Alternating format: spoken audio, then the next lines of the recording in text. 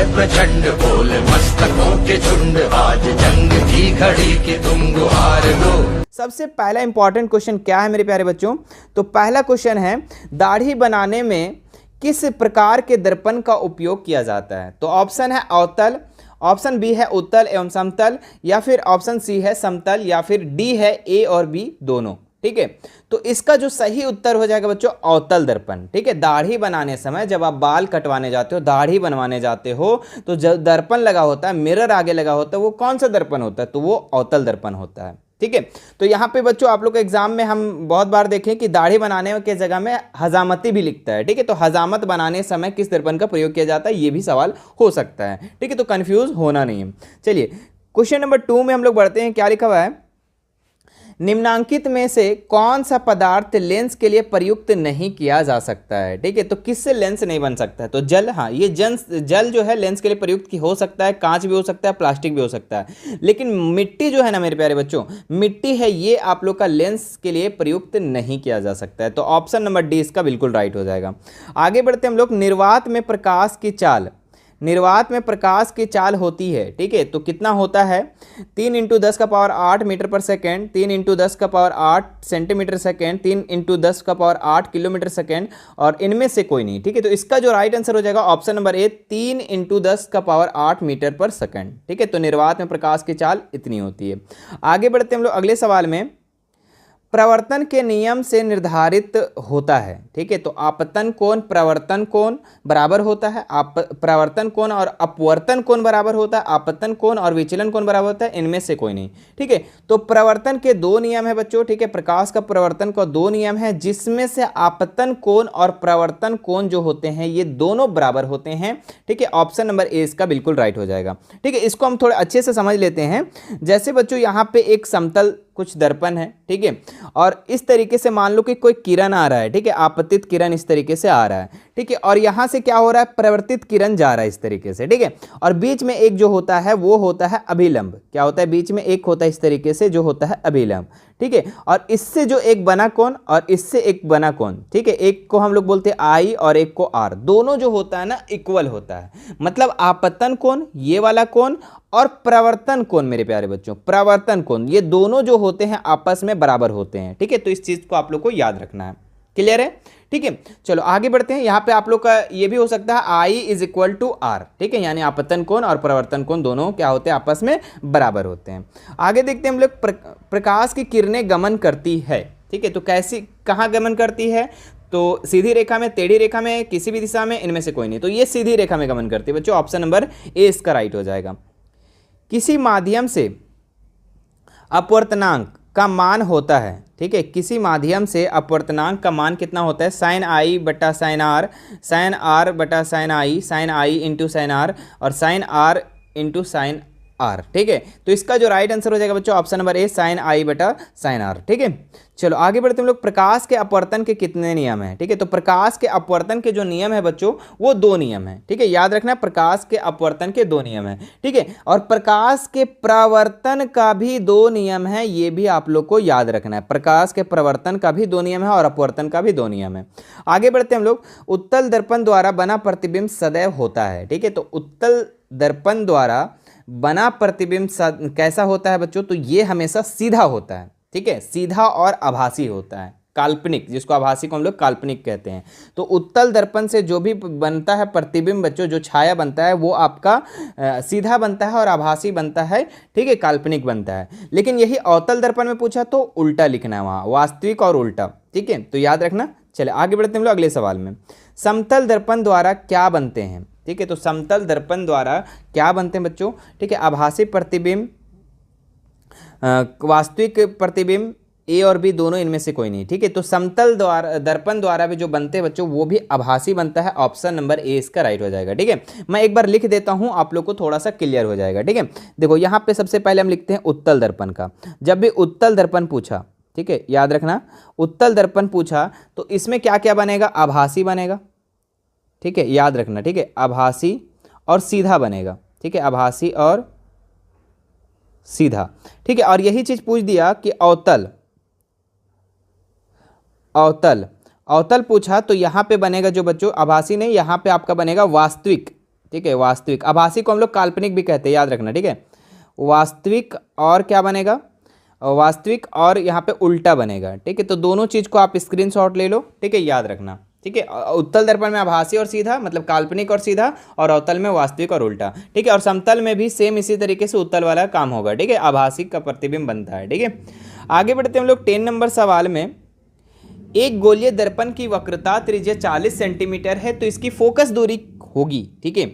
तो वक्रता त्रिज्या, इसका फोकस दूरी पूछ रहा है बच्चों। तो F बराबर जो फॉर्मूला होता है वो R/2 होता है, यानी वक्रता त्रिज्या का आधा होता है। तो वक्रता त्रिज्या कितना है मेरे प्यारे बच्चों, तो 40 है, और इसको 2 से डिवाइड कर देंगे तो कितना हो जाएगा, 20, ठीक है। तो 20 सेंटीमीटर इसका राइट आंसर हो जाएगा, ऑप्शन नंबर सी। आगे बढ़ते हम लोग। फोकस के अभिसारित करने वाला किरण पुंज परावर्तन के बाद समांतर किरण पुंज किस दर्पण में बदल जाता है, ठीक है। तो अवतल दर्पण में, उत्तल दर्पण में, या दोनों दर्पण में, या इनमें से कोई नहीं, ठीक है। तो इसका जो राइट आंसर हो जाएगा ऑप्शन नंबर सी, ठीक है, ए और बी दोनों में। आगे बढ़ते हम लोग अगले सवाल में। तेल लगा कागज होता है, ठीक है। तेल लगा कागज पारदर्शक होता है, एकदम पूरा क्लियर दिख जाता है क्या? अगर तेल में, कागज में हम तेल लगा दे बच्चों, तो क्या पूरा क्लियर दिख जाता है? आर पार नहीं दिखता है, तो पारदर्शक तो होगा नहीं, अपारदर्शक। अगर देखिए सिर्फ कागज रहा तो अपारदर्शक है, लेकिन कागज में अगर हम तेल लगा देते तो पीछे वाला जो भी चीज होता है, जैसे कागज में तेल लगा लो और उसके बाद आप देखो आंख से, ठीक है, तो पीछे वाला हल्का हल्का आपको दिखाई देगा, ठीक है। तो अपारदर्शक भी नहीं होगा, ठीक है, मतलब तो यहाँ पे क्या हो जाएगा, पारभाषक। जो हल्का हल्का दिखाई देता है बच्चों, तेल लगा करके अगर कागज को आप देखते हैं एक साइड से दूसरे साइड, तो वो हल्का हल्का दिखाई देता है, जिसको हम लोग पारभाषक कहते हैं। ऑप्शन नंबर सी इसका बिल्कुल राइट हो जाएगा। आगे बढ़ते हम लोग। डायोप्टर उस लेंस की क्षमता होती है जिसकी फोकस दूरी है, ठीक है।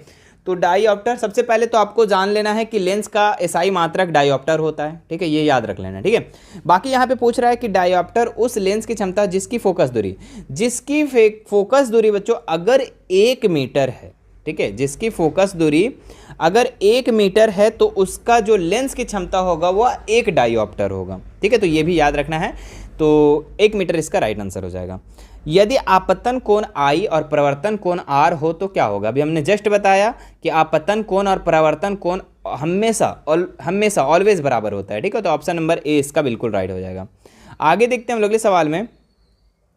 किसी बिंब का वास्तविक तथा समान साइज का प्रतिबिंब प्राप्त करने के लिए बिंब को उत्तल दर्पण के सामने रखना होगा, ठीक है। तो किसी बिंब को अगर हम समान साइज में हम चाहते हैं, ठीक है, तो किस में रखना पड़ेगा? और उत्तल दर्पण बोल रहा है, तो उत्तल दर्पण होता कैसे, सबसे पहले उसको ड्रॉ कर लो। तो ये होता है बच्चों उत्तल दर्पण, जिसके अंदर का पृष्ठ क्या होता है, कलर क्या वो होता है, ठीक है। थोड़ा अच्छे से नहीं बन रहा है, कोई बात नहीं, ठीक है। अब यहाँ पे कहाँ पे आप रखोगे, कहाँ पे आप रखोगे कि जो दर्पण है मेरे प्यारे बच्चों, जो वस्तु है वो समान साइज का बनेगा। तो हम देखिए यहाँ पे इस तरीके से होता है, ठीक है। ये होता है मुख्य अक्ष, है ना, मुख्य अक्ष वाले लाइन हो गया, ये यहाँ पे एफ होता है और यहाँ पे होता है सी, जिसको हम लोग 2F के नाम से भी जानते हैं, ठीक है। सी को हम लोग 2F के नाम से जानते हैं। तो अगर हम वस्तु को बच्चों 2F के सामने रखते हैं, ठीक है, अगर हम वस्तु को 2F के सामने रखते हैं तो इसका जो बिंब बनेगा ना वो हमेशा समान साइज का बनेगा, ठीक है। ये यहाँ से जाएगा यहाँ, फिर यहाँ से कट करके ऐसे आएगा, और जो बनेगा बिंब जो बनेगा ये बनेगा आपका समान साइज का बनेगा, भले ही उल्टा बनेगा ये, लेकिन समान बनेगा, ठीक है। तो इसका जो राइट आंसर हो जाएगा मेरे प्यारे बच्चों वो हो जाएगा 2F पर, ऑप्शन नंबर सी। आगे बढ़ते हम लोग 16 नंबर सवाल। मोटर गाड़ी के हेडलाइट किस दर्पण का प्रयोग होता है? मतलब कि हेडलाइट में, जैसे देखिए यहाँ पे जो आप मोटर गाड़ी देख रहे हो इसको हम थोड़ा बड़ा करके दिखा दे रहे हैं, ठीक है। ध्यान देना आप लोग कि ये मोटर गाड़ी है, ठीक है, ये गाड़ी है, आप तो बाइक चलाते होगे, हेडलाइट इसको कहते हैं, ठीक है, और हेडलाइट इसको कहते हैं। और इसको जो आप देख रहे हैं यहाँ पे जो 2 मिरर लगा हुआ है, 2 आईना लगा हुआ है, ये इसको हम लोग साइड मिरर कहते हैं। किस क्या कहते हैं? इसको साइड मिरर कहते हैं और इसको हेडलाइट कहते हैं, ठीक है। अब यहाँ पे पूछ रहा है कि हेडलाइट में कौन सा दर्पण होता है? तो हेडलाइट में मेरे प्यारे बच्चों वो अवतल दर्पण होता है, याद रखना, ठीक है। कौन सा दर्पण होता है? तो अवतल दर्पण होता है। और मेरे प्यारे बच्चों और जो साइड मिरर में होता है, ठीक है, जो आप जब गाड़ी चलाते हो तो पीछे देखने के लिए ये मिरर का प्रयोग करते हैं। और ये जो मिरर होता है बच्चों, ये आपका उत्तल दर्पण का होता है। कौन सा दर्पण का होता है? उत्तल दर्पण का। तो दोनों चीज़ याद रहेगा, ठीक है, दोनों चीज़ याद रहना चाहिए कि जो हेडलाइट में होता है सर वो अवतल दर्पण का होता है, और जो साइड मिरर होता है गाड़ी का वो आपका उत्तल दर्पण का होता है, ठीक है। चलो आगे, अब देखो यहाँ पे सवाल क्या था हेडलाइट में, तो अवतल दर्पण ऑप्शन नंबर ए मार के हम लोग घर चले आएंगे, है ना। आगे बढ़ते हम लोग, हीरा का अपवर्तनांक है, ठीक है, तो हीरा का अपवर्तनांक कितना है मेरे प्यारे बच्चों? तो हीरा का जो अपवर्तनांक है ये आपका 2.42 है, ठीक है, ऑप्शन नंबर डी इसका बिल्कुल राइट हो जाएगा। आगे देखते हैं हम लोग, सिनेमा के पर्दे पर किस प्रकार का प्रतिबिंब बनता है, ठीक है, तो वास्तविक प्रतिबिंब, आभासी प्रतिबिंब, ए और बी दोनों इनमें से कोई नहीं, ठीक है, तो वास्तविक प्रतिबिंब बनता है बच्चों, ठीक है, तो ऑप्शन नंबर ए इसका बिल्कुल राइट हो जाएगा 18 नंबर का। 19 नंबर में आइए, उत्तल लेंस की क्षमता होती है, तो उत्तल लेंस की क्षमता क्या होती है? धनात्मक होती है, ऋणात्मक होती है, या शून्य होती है, या इनमें से कोई नहीं। तो आपको याद रखना कि उत्तल लेंस बच्चों हमेशा का हमेशा धनात्मक होगा। क्या होगा? धनात्मक, ठीक है, उत्तल लेंस होगा जो वो धनात्मक होगा, और जो ऋणात्मक होगा बच्चों वो अवतल लेंस होगा। कौन सा लेंस? अवतल लेंस, ठीक है। इसका एक स्टोरी हम थोड़ा सा बताते हैं, आपको थोड़ा ज़्यादा क्लियर होगा, ठीक है। देखो बच्चों, देखो बहुत सारे स्टूडेंट लोग को क्या है कि चश्मा लग जाता है, जैसे मेरा भी लग गया, ठीक है। तो जिसको नज़दीक का दिखाई देता है, दूर का नहीं दिखाई देता, किसी को दूर का दिखाई देता है, नज़दीक का नहीं दिखाई देता है, ठीक है, तो इस तरीके से होता है। तो जिसका उत्तल लेंस लगा होता है बच्चों, ठीक है, जिसका आँख में, जिसका चश्मा में उत्तल लेंस लगा होता है, ठीक है, उसका जो ये नंबर देखेंगे तो वो धनात्मक होगा, प्लस पॉइंट होगा, ठीक है, याद रखना। और जिसका अवतल लेंस लगा हुआ रहता है उसका जो उसका नंबर होता है चश्मा का, वो आपका ऋणात्मक में होता है, माइनस में, ठीक है। तो मुझे तो बच्चों माइनस में है, ठीक है, यानी मुझे दूर वाले क्लियर नहीं दिखाई देता। इसका मतलब कि हम जो है अवतल दर्पण का प्रयोग कर रहे हैं, दर्पण बोल देते हैं, सॉरी, अवतल लेंस का प्रयोग कर रहे हैं, और मेरा जो नंबर आता है ना जब भी हम चेक करवाते हैं तो वो माइनस में होता है, ठीक है। तो ये माइनस में होता है, जिसको अवतल दर्पण, अवतल लेंस जो चश्मा यूज करता है, और जो उत्तल लेंस का जो चश्मा का यूज करता है उसका जो नंबर आएगा वो पॉजिटिव आएगा, ठीक है। तो अब उम्मीद है कि क्लियर आपको हो गया होगा, ठीक है। आगे बढ़ते हैं हम लोग अगले सवाल में। 2 डायोप्टर, ठीक है, 2D क्षमता वाले लेंस की फोकस दूरी है, ठीक है। तो इसका एक फॉर्मूला होता है बच्चों कि P बराबर 1/f, ठीक है, जिसका P यहाँ पे दे दिया गया है और फोकस दूरी निकालने बोल रहा है, ठीक है। अगर हम F को इधर कर देते हैं तो क्या हो जाएगा? 1/P हो जाएगा, ठीक है, और इस पर पुट कर देंगे तो हमारा क्या हो जाएगा? 1 यहाँ पे देखिए मीटर में, यहाँ सेंटीमीटर में दिया हुआ है, और हमारा जो 1/1 जो दिया हुआ रहता है ये मीटर में, तो इसको हम सेंटीमीटर में करने के लिए 100 कर देंगे। और P कितना दिया हुआ बच्चों? P 2 दिया हुआ है, ठीक है, देखिए 2 डायोप्टर 2 दिया हुआ है, तो ये कितना हो जाएगा? 50। तो इसका राइट आंसर हो जाएगा 50 सेंटीमीटर, ठीक है। आपको फॉर्मूला बस याद रखना, P बराबर 1/f होता है। जब F निकालने बोलेगा तो P को इधर कर देना, और P को निकालने रहा तो F को इधर कर देना, ठीक है। आगे बढ़ते हैं हम लोग, 50 इसका राइट आंसर हो जाएगा, ठीक है, ऑप्शन नंबर ए। लेंस की क्षमता के साई मात्रक क्या होगा? अभी हमने जस्ट बताया, डायोप्टर होता है, ठीक है। जब भी आप चश्मा चेक करवाओगे ना, अपने आँख का चेक करवाओगे, तो अगर किसी का आँख खराब है तो उसका जो नंबर मिलता है वो डायोप्टर में मिलता है, ठीक है। आगे देखिए, उत्तल लेंस में जब बिंब फोकस एवं लेंस के बीच रखी जाती है तब प्रतिबिंब बनता है। तो कैसा बनता है बच्चों? ठीक है, फोकस और लेंस के बीच जब रखा जाता है तो काल्पनिक और सीधा, काल्पनिक और उल्टा, वास्तविक और उल्टा, वास्तविक और सीधा, ठीक है। तो सबसे पहले देखो बच्चों कि काल्पनिक बनेगा तो उल्टा नहीं बनेगा, ये ऑप्शन कट गया, ठीक है। और वास्तविक बनेगा तो सीधा नहीं बनेगा, वास्तविक के साथ हमेशा उल्टा बनेगा और काल्पनिक के साथ हमेशा सीधा बनेगा। अब ए और बी में यहाँ पे 2 ऑप्शन आ गया, ठीक है।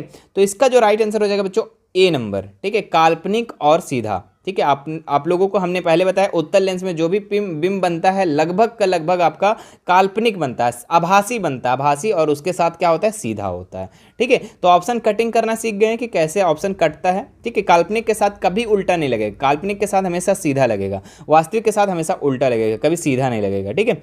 आगे बढ़ते हम लोग, किसी लेंस के प्रकाशी के केंद्र से होकर गुजरने वाली किरणें के पथ में अपवर्तन के बाद क्या होता है, ठीक है। तो किसी लेंस के प्रकाशीय केंद्र से होकर गुजरने वाली किरणों का जो पथ होता है बच्चों, वो हमेशा विचलन नहीं होता है, वो सीधा जाता है। जैसे कि मान लो कि ये आपका दर्पण है या लेंस है, कुछ भी है, दर्पण है मान लो, ठीक है, और इस चलो लेंस बना देते हैं, ठीक है, और ये होता है प्रकाशिक केंद्र, ठीक है। यहाँ से जो भी रेखा गुजरेगी वो सीधा होगा, ऐसा नहीं कि यहाँ आया और ऐसे चला गया, ऐसा टेढ़ा नहीं होगा, ठीक है। जो भी यहाँ से गुजरेगा वो आपका सीधा गुजरेगा, ठीक है। प्रकाशिक केंद्र यही होता है बीच वाला, और इससे जो भी रेखा गुजरेगा, वो किरण जो गुजरेगा वो हमेशा सीधा गुजरेगा, चाहे वो उत्तल दर्पण हो चाहे वो अवतल दर्पण हो, याद रखना। तो ये विचलन नहीं होता है, ऑप्शन नंबर ए इसका राइट हो जाएगा। प्रकाशिक माध्यम कितने प्रकार के होते हैं, ठीक है। तो प्रकाशिक माध्यम कितने प्रकार के होते हैं बच्चों, तो दो प्रकार के होते हैं। कितने प्रकार के, दो प्रकार के, एक पारदर्शक प्रकाशिक माध्यम और एक अपारदर्शक प्रकाशिक माध्यम, ठीक है। तो याद रखना है। आगे बढ़ते हैं हम लोग। माध्यम बदलने पर प्रकाश का वेग का बदलना है कहलाता है, क्या कहलाता है, तो माध्यम अगर बदलते हैं, मान लो कि यहाँ पानी है, ठीक है, मान लो कि ये क्या है, पानी है, ठीक है, और यहाँ मान लो कि एक शीशा है, शीशा से हम यहाँ पे एक टॉर्च जलाए, यहाँ पे शीशा आया, ठीक है, और शीशा से क्रॉस करके जो रेखा है वो पानी में चला गया, पानी से फिर ऐसे चल गया, मतलब कि यहाँ वेग जो होता है चेंज हो जाता है। क्योंकि आपको पता है कि जो निर्वात में सबसे ज़्यादा प्रकाश चलता है, ठीक है, और उसके बाद कांच में धीरे हो जाता है, फिर जल में और धीरे हो जाता है। तो इस तरीके से वेग का बदलना जो होता है बच्चों, वो अपवर्तन कहलाता है। ऑप्शन नंबर बी इसका राइट हो जाएगा, है ना। 25 का जो बी हो जाएगा, आवर्तन लिखा हुआ है ना, तो अपवर्तन इसका राइट आंसर हो जाएगा, ठीक है। प्रकाश के अपवर्तन के कारण क्या होता है कि अगर माध्यम को हम चेंज कर दें तो प्रकाश की चाल भी चेंज हो जाएगी, प्रकाश का वेग भी चेंज हो जाएगी। आगे बढ़ते लोग। पानी में डाली गई छड़ी टेढ़ी दिखती है, इसका कारण क्या है, तो अपवर्तन के कारण दिखता है, ठीक है। आगे बढ़ते हम लोग। पानी से भरी बाल्टी की गहराई कम दिखती है, क्योंकि इसका कारण है, इसका कारण अपवर्तन ही है, ठीक है। अपवर्तन ऑप्शन नंबर ए इसका राइट हो जाएगा। किस दर्पण का दृष्टि सबसे बड़ा होता है, ठीक है, तो दो दर्पण है, एक उत्तल दर्पण एक अवतल दर्पण, ठीक है। दोनों दर्पण में सबसे ज़्यादा दृष्टि जो क्षेत्र होता है वो उत्तल का होता है, ठीक है।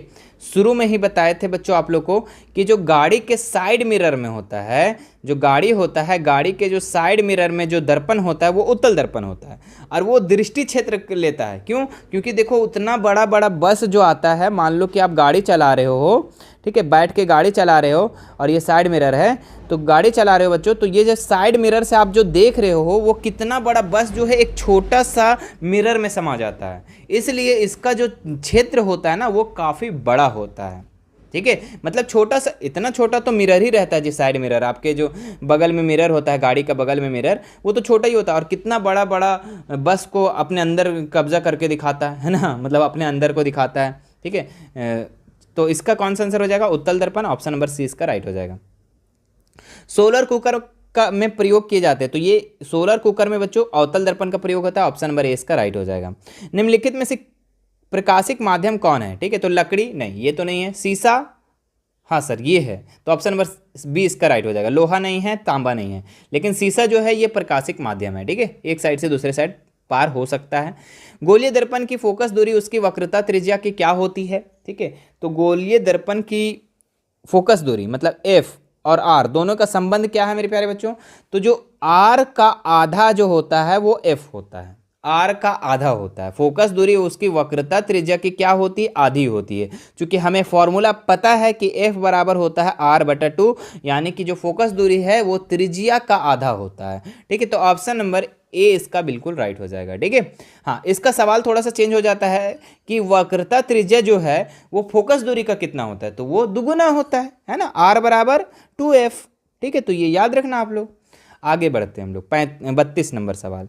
रोगियों के नाक, कान और गले की जांच में डॉक्टर का प्रयोग करते हैं, तो वो अवतल दर्पण का प्रयोग करते हैं, ऑप्शन नंबर ए इसका बिल्कुल राइट हो जाएगा। चलिए आगे बढ़ते हैं हम लोग। सूर्य से आने वाला प्रकाश पुंज कैसा होता है, ठीक है, तो ये होता है बच्चों संतृप्त प्रकाश पुंज, ऑप्शन नंबर बी इसका बिल्कुल राइट हो जाएगा, ठीक है। 33 का बी नंबर राइट हो जाएगा।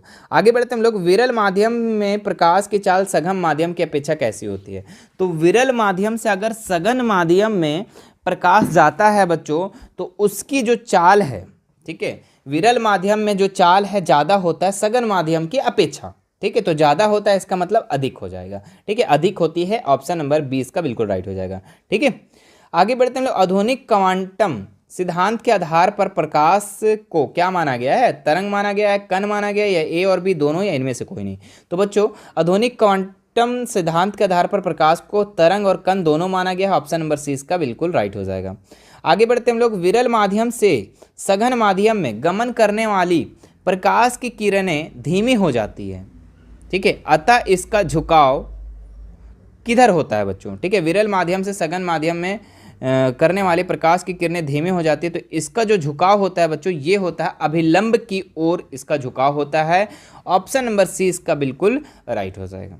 ठीक है, वक्त काफ़ी ज़्यादा हो गया है, वीडियो लंबी हो जाएगी। ठीक है, तो मैं अभी इसको यहीं तक छोड़ दे रहा हूँ। ठीक है, बाकी हमारे पास बहुत सारे क्वेश्चन हैं। ठीक है, सारे क्वेश्चन को मैं अगले भाग में कंप्लीट करवा दूंगा। ठीक है, अभी मैं इतना ही को छोड़ देता हूँ। ठीक है, लगभग 71 क्वेश्चन है। ठीक है, अभी जो ये वीडियो बनेगा बच्चों वो भाग 1 रहेगा। ठीक है, भाग 1, और इसके बाद जो वीडियो आएगी बच्चों वो आपका भाग 2 रहेगा।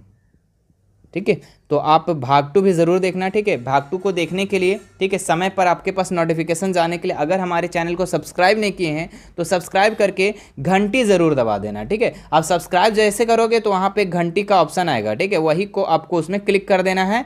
ठीक है, तब आपके पास जो भी हमारे नई वीडियो आएगी, ठीक है, आपके एग्ज़ाम के प्रिपरेशन के रिगार्डिंग या फिर कोई न्यूज़ के रिगार्डिंग, ठीक है, तो वो सारे अपडेट आपको मिल जाएंगे। ठीक है, और बच्चों आप लोग को सारे चैप्टर को अगर देखना चाहते हैं, ठीक है, तो लिंक मैं डिस्क्रिप्शन में डाल दे रहा हूँ। इसके लिए एक अलग सा प्लेलिस्ट बना दिए हैं। ठीक है, डिस्क्रिप्शन में प्लेलिस्ट मिल जाएगा, या फिर आप हमारे चैनल पे विजिट कर सकते हैं, वहाँ पे प्लेलिस्ट बना हुआ है। प्लेलिस्ट में आप जाकर देख सकते हैं साइंस, मैथ्स, सोशल साइंस, जो भी आपको देखना है ऑब्जेक्टिव क्वेश्चन वो आप देख सकते हैं। ठीक है, मैथ का तो आप लोग को सॉल्यूशन के साथ आप लोग का डाला गया है, तो आप मैथ को भी बढ़िया से कंप्लीट कर सकते हैं। ठीक है, और हमसे जुड़ने के लिए बच्चों हमारे इंस्टाग्राम, टेलीग्राम, व्हाट्सएप का लिंक जो है डिस्क्रिप्शन में दिया हुआ है, वहाँ से आप जुड़ सकते हैं। ठीक है, बाकी अपडेट पाने के लिए। और यदि मेरे प्यारे बच्चों इस पूरे PDF को अगर आप डाउनलोड करना चाहते हैं तो मैं लिंक है जो डिस्क्रिप्शन में दे दूंगा। ठीक है, वहाँ से आप लोग इसको पूरा डाउनलोड कर सकते हैं एक छोटी सी रकम को देकर हेल्प करके। ठीक है, तो आप वहाँ से आप लोग इस पूरे को डाउनलोड कर सकते हैं। प्रत्येक चैप्टर का आपका PDF मिल जाएगा। ठीक है, आपको डिस्क्रिप्शन में, वहाँ से आप लोग डाउनलोड कर सकते हैं। ठीक है, या फिर आप हमारे मिशन 2 के स्टोर पे जा सकते हो, वहाँ पे जितने भी PDF हैं आपको वहीं से सब सारे के सारे मिल जाएंगे। ठीक है, डाउनलोड वहाँ से आप लोग कर सकते हैं। ठीक है, कोई दिक्कत वाली बात नहीं है। बाकी कोई भी दिक्कत होती है आप हमें व्हाट्सअप में मैसेज कर सकते हैं। ठीक है, व्हाट्सअप में मैसेज कीजिए मुझे, वहाँ से मैं आप लोग को इसको कैसे डाउनलोड करना है वो आप लोग को बता देंगे। ठीक है, चलिए मिलते हैं नेक्स्ट वीडियो में। Thank you so much.